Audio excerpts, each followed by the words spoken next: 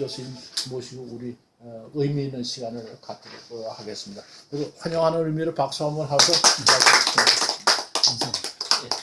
네, 우리 신 교수님 모시고 특강 듣기로 하겠습니다. 네. 뵙게 돼서 반갑습니다. 사실 저는 뭐 처음 여기 와서 분위기도 잘 모르고 또 각계에서 저명하신 분들 있는데 이게 사실은 완전히 제 전공도 아닌데 또 말씀드리게 돼서 대단히 부끄럽습니다. 그리고 사실 뭐 어서부터 얘기를 해 그래서 고민도 많이 하고 생각을 많이 했는데 얻은 거는 별로 없고 공부는 저 해야 되겠다 하는 생각을 이제 많이 하게 됐습니다. 요전에 처음 와서 발표할 때 그때 우리 이건일 교수님께서 그 사회주의 문제 막스주의 얘기하고 하실 때 대단히 아주 감동적인 아주 중요한 문제, 큰 문제를 말씀하셨다. 이제 그런 생각을 했습니다. 그래서 사회민주주의 문제를 제가 생각한 것은 사실 저는 어떻게 보면 사회주의 관계 드는 쪽에서 많이 살았다고 할 수가 있습니다. 왜냐하면 38선 근처이기 때문에 6.25의 석 달을 인민군 치하에서 살았고 그 일사후퇴 석 달을 중공군하고 같이 뒤굴면서 살았고 또 독일에 가서 9년을 있었는데 그 당시 제가 있을 때 정권은 사회민주당 정권이었고 그런 점에서 사회주의에 대한 거부감은 우리나라 일반 분들보다는 크지 않습니다. 왜냐하면 제가 상당히 집안이 넉넉하지 못해서 고등학교 졸업하고 3년을 농사도 하고 뭐하고 하다가 3년 후에 대학을 들어갔고 그 해가 4.19 그냥 3년 대학을 늦게 들어갔죠. 그래서 다행히 어떻게 등록금을 안 내서 대학을 다닐 수가 있었고 또 독일은 가보니까 9년 동안을 돈을 안 받으니까 돈을 안 냈습니다. 그래서 이제 독일에서 느낀 거는 그게 사회주의죠, 말하자면. 우리가 사회복지정책. 그러니까, 그리고 지금도 독일은 대학에서 교육에 관계된 것은 등록금을 일체 받지 않으니까. 그러니까 우리가 사회정책을 하지만은 그 사회주의라는 게 거부감이, 그 점에서는 제가 거부감이 없습니다. 그러면 하여튼 뭐 어서부터 얘기를 해주면 큰 문제지만은, 그래서 하여튼 우선 사회주의에서 출발한다고 그러면 우리가 사회주의는 자본주의에 대항해서 나오는 사상이 아니겠습니까? 그럼 자본주의와 사회주의라는 거는, 제가 이렇게 써봤습니다. 뭐 어떤 개념적이고 학술적이고 어려운 말보다는 개인적으로 잘 살려고 하는 게 자본주의 아니냐, 이게 뭐 무슨 아담 스미스고 국부론이고 뭐 케인스고 얘기할 것 없이 그렇다면 같이 함께 잘 살려고 하는 거 그게 사회주의 아닌가. 그럼 이 두 가지의 방향에 사는 길은 인류 역사에 있어서 옛날부터 지금까지 어느 곳 어느 시대나 막론하고 계속 되어왔던 시대죠. 그럼 그 종착역이라는 게 아마 있을 수가 없을 겁니다. 이제 그래서 그렇게 생각을 해요. 그렇다면 개인이나 어떤 단체가 잘 살려고 하는 것 자체가 먼저가 이제 자본주의가 되지 않겠습니까? 그럼 그 뒤에 이제 사회주의 문제가 나오겠죠. 그 다음에 이제 우리가 사회주의라고 했을 때 사회민주주의도 사회주의고 막스주의도 사회주의고 그런 점에서 이제 범위가 또 상당히 이제 넓다고 그러겠습니다. 그럼 또 이 문제에서는 저는 어떤 생각을 하냐면 자본주의도 수없이 변화를 시키면서 수정해 왔기 때문에 그 수정자본주의라는 개념을 생각할 수 있고 또 사회주의도 사회민주주의 쪽으로 또 많이 바뀌어 있고 그러면 뭐 그거 경계가 어느 정도냐 하는 문제도 우리가 여러 가지로 생각할 수가 있습니다. 그러나 어쨌든 제가 생각하는 것은 여기서 독일 바이마르 공화국의 사회민주주의예요. 그럼 독일 바이마르 공화국이라는 것은 아주 짧은 시간입니다. 1919년에서부터 1933년 딱 14년간입니다. 그럼 24년간에 실패한 공화국이죠. 실패한 공화국인데 우선 그래서 제가 나눠드린 종이가 독일의 그 연대사를 좀 써본 겁니다. 독일의 제1제국은 962년 오토 대제에서 시작이 됩니다. 그럼 1812년에 독일이 나폴레옹 침입으로 해서 제1제국이 무너집니다. 그러면 1871년에 비스마크가 프랑스를 때리고 만드는 게 제2제국입니다. 그럼 그거는 1차 세계대전으로 박살이 났습니다. 그럼 우리가 보통 얘기할 때 제3제국은 1933년에 히틀러입니다. 그게 제3제국입니다. 그래서 1945년에 박살이 났어요. 그럼 독일은 사실상 유럽에 있어서 영국, 프랑스, 독일 할 때 제일 후진국입니다. 그 당시에. 정치적으로, 사회적으로, 문화적으로 제일 후진국입니다.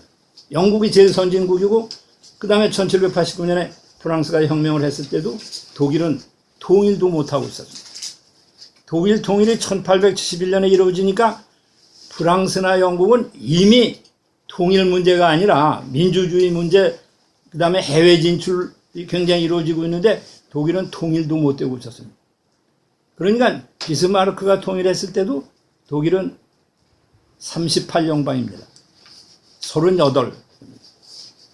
그러니까 독일은 정치적으로 아주 후진국이고 특히 통일을 지향하는 게 19세기 말까지 통일 지향하는 노력이죠. 왜냐 헤겔이 자유를 주장하는 것도 통일을 지향하는 거고 피시테가 독일 국민에게 공함 얘기하는 것도 사실 어떻게 보면 자유거든요. 그러면 헤겔이 자유가 자기 자신을 발전시켜 나가는 과정이 역사다. 그럼 그 역사 과정이 정반합을 통한 변집법으로 통과돼 나간다. 그럼 그 발전의 요인은 뭐냐? 그것은 정신이다. 세계 정신. 또 시대 정신. 그러면 그 변증법을 그대로 이어받으면서 칼 막스는 그거를 정신을 물질로 싹 바꾸는 거죠. 변증법을 받아들이면서 그거는 바꾸는 겁니다. 자, 그런데 어쨌든 이런 그 사상적인 변화 속에서 1789년에 프랑스 혁명의 자유평등 박애가 이제 우리가 방향이 되고 시대적으로 이제 그걸 추구하는 이상이 돼 있는데 통일도 못했습니다. 1789년에 독일 통일 못했어요. 그러면 프랑스의 7월 혁명이 1830년에 일어나고 그 다음에 48년에 2월 혁명이 일어났을 때 그것은 이미 자유가 아니라 평등입니다. 평등을 위한 혁명을 추구하는 겁니다. 그럼 프랑스 혁명에서 자유가 어느 정도 됐다고 해서 자본주의가 됐다고 그러면 그 다음 단계의 평등은 아직 안 이루어졌다고 해서 그거를 1848년에 프랑스의 2월 혁명과 동시에 칼 막스가 공산당 선언을 하는 게 바로 1848년 고타입니다. 그래서 사실 요게 그 공산당 선언입니다. 이제 그래서 하여튼 첫 규절은 유럽의 상공에는 유령이 떠돌고 있다. 공산당의 유령이. 그게 이제 첫 규절이고 마지막에는 뭐라고 그러냐면 프롤레타리아 계층이요. 우리가 싸워서 잃어버릴 거는 우리를 속박하는 사슬밖에는 없고 우리가 얻을 것은 세계 전부다. 그래서 우리가 마지막 규절을 중국의 천안문 광장에 가면 크게 쓰여 있지 않습니까? 전 세계 노동자여 단결하라. 그럼 그게 바로 1848년. 그럼 그때까지도 독일은 통일이 안 된 겁니다. 그리고 상당히 우리가 독일을 욕하는 것 중에 이제 히틀러가 그 유태인을 학살했다고 그러지 않습니까? 그거 어떻게 그렇게 악독하냐. 그럼 왜 그 일이 독일에서 일어났는가? 러시아에서도 영국에서도 프랑스에서도 안 일어나고. 그런데 사실은 독일이 통일이 안 됐기 때문에 그렇습니다. 통일이 안 되고 싸우니까 왕권이 강화가 안 됐으니까 컨트롤 할 수가 없죠. 국가사회를. 그러니까 떠돌아다니는 유태인이 가장 살기 좋은 데입니다. 그러니까 사실은 공교롭게도 칼 막스가 유태인이었고 그렇지 않습니까? 독일 사회민주당을 1863년에 한 사람도 라살레도 유태인입니다. 다 유태인입니다. 그럼 카를 막스는 그 유태인에 학대받은 거, 자본주의, 그게 미워가지고 영국을 사실 때리려고 하는 게 원래 목표였거든요. 그럼 라살레는 독일에서 독일을, 그게 다 유태인입니다. 그래서 그 당시에 이제 얘기하는 사람이 평가하는 거는 그 당시에 비판받는 자본가도 독일에서 유태인이었고, 그거를 비판하는 사회주의여도 독일이었다. 그러니까 히틀러가 나와서 이제 그동안의 올분, 그 다음에 뭐 국제사회에서 올분, 그 다음에 그 경제적인 파탄, 이런 거 가지고 이제 그쪽으로 나가게 되는 거죠. 그래서 우리가 서론적인 걸 너무 길게 말씀을 드렸습니다만. 자, 그러면 1863년에, 물론 막스가 벌써 48년에 공산당 선언을 튜링엔주라고 고타에서 하거든요. 그러면 거기서 하는데, 거기서 하고 이제 우리가 바이마르 공화국 있을 때까지 사회주의의 강령이라는 건 3번을 바뀝니다. 이제 고타 강령, 아이세르나 강령, 에어프루트 강령 그러는데, 아주 놀라웠게도 그 튜링겐주라는 조그만 크지 않은 주가 있습니다. 그것은 동독의 주입니다. 이제 그 주가 우리한테 참 안 알려진 주입니다. 독일에서. 근데 놀라웠게도 그 사회민주당의 세 강령이 이루어진 그것이 다 그 주입니다. 그 주도가 에어프루트입니다. 그리고 거기에 바이마르가 있습니다. 예? 그리고 예나가 있습니다. 그 루터가 들어가서 자기 독일어로 성서를 번역한 아이세르도 또 아파르트부터 거기 있습니다.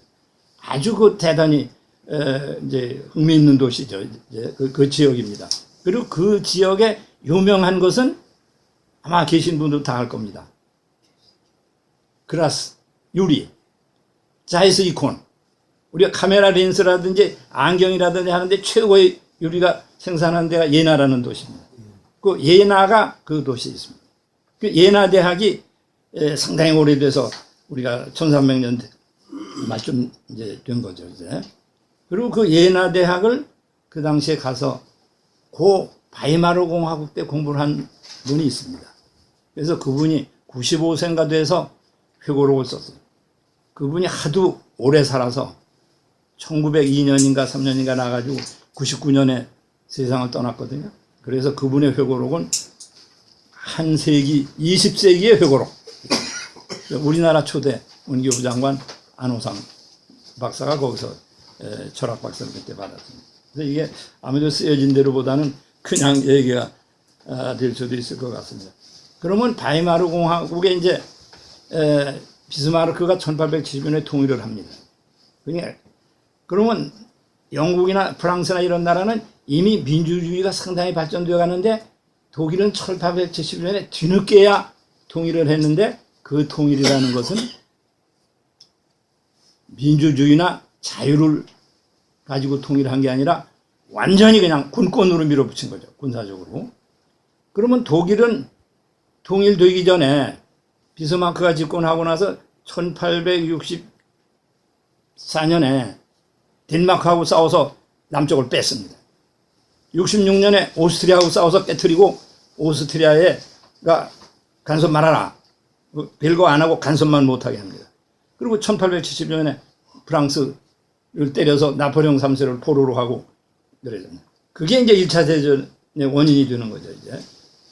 그러니까 3번을 그냥 불과 50년 동안에 3번 전쟁을 해서 다 때려 엎고 그리고 나중에 1차 대전까지 오니까 그 기간이라는 게 얼마 안 되죠.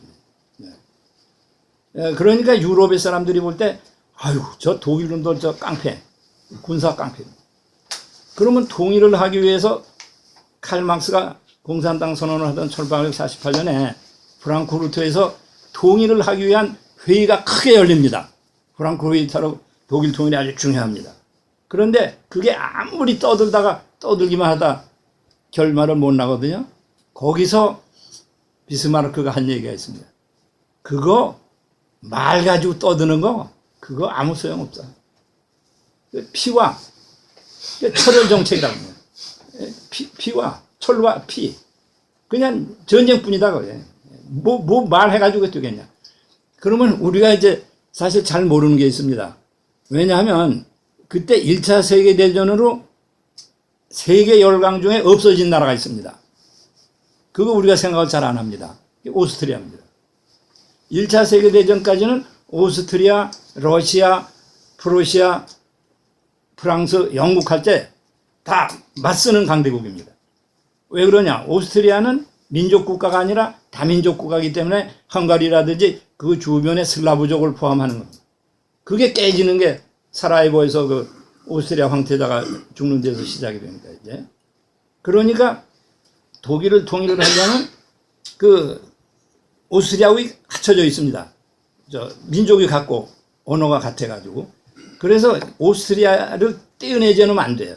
그래서 1866년에 그걸 떼어내고 결국 이제 통일을 하는 거거든요. 그리고 이제 1차 세계대전에 오스트리아는 완전히 비엔나만 세계적인 음악의 도시로 남아 있지만은 지금 나라는 뭐 완전히 이제 약소국이 됐지 않습니까?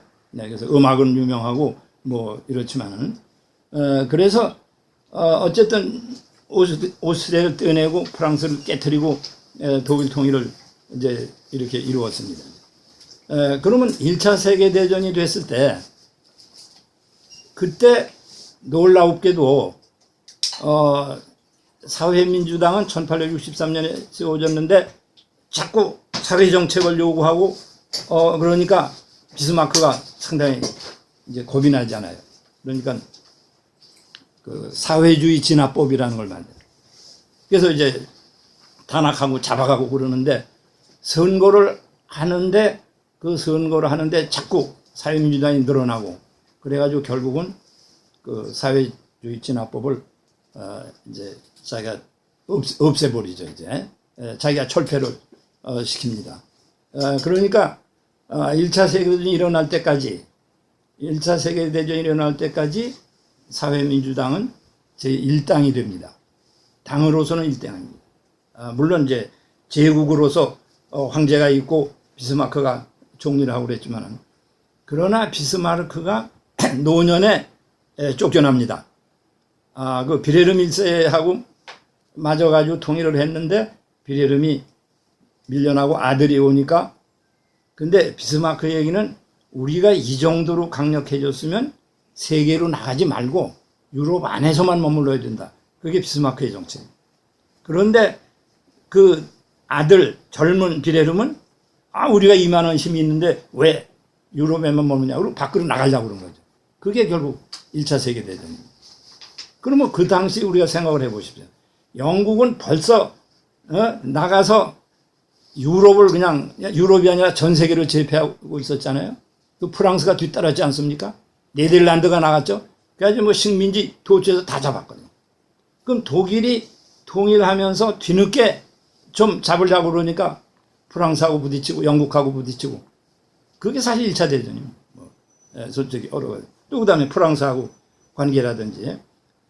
그래서 어쨌든 1914년에 1차 대전이 일어날 때까지는 제1당이 되는 거죠. 이제 제1당이 돼 있는데 그리고 전쟁이 일어나서 우리가 잘 알다시피 1차 세계대전에 완전히 이제 박살이 납니다. 그러면 박살이 나고 나서 세워지는 나라가 이제 바이마르 공화국입니다.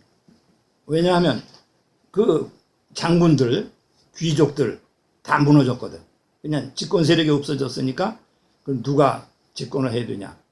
그러니까 어쨌든 아직도 집권을 해본 적이 없지만은 그래도 사회민주당이라고 있는 게 1당이니까. 근데 당이 굉장히 많습니다, 그때. 그 과반수당도 없고 그냥 한 430명 국회의원이 있는데 그 중에 사회민주당이 한 167석밖에 안 되거든요. 그리고 이제 거긴 뭐 사회민주당도 있고 중앙당이라는 게 있는데 중앙당이 지금 기독교 민주당이 된 그 가톨릭당이고 그 다음에 또 자유당도 있고 뭐 하여튼 민주당도 있고 하여튼 당들이 굉장히 많아요. 그래서 그 여러 당이 합쳐서 겨우 이제 정권을 그 정부를 구성하는 게 바이마르 공화국. 그러니까 아주 불안하게 출발하고 완전히 이 사태를 할 수 없고. 그러면 거기서 저는 그 우리나라도 그 점에서 가끔 해방 후에서 지금까지 비교를 해볼 때가 있는데, 그러면 집권을 했지만은 도대체가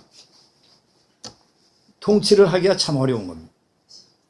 이제 왜냐하면 패전국이라고 그래서 프랑스를 중심으로 해서 독일에다가 44년 동안인가 1320억 마르크의 배상금을 물립니다. 그럼 다 부서져가지고 망가진 나라의 배상금을 어떻게 냅니까? 그 다음에 군대 참모부 같은 거 다 해산시키고, 그 다음에 5나라의 독일 영토가 부분적으로 또 떼어줘야 됩니다. 프랑스로, 벨지움으로, 폴란드로 또 떼어줘야 되고.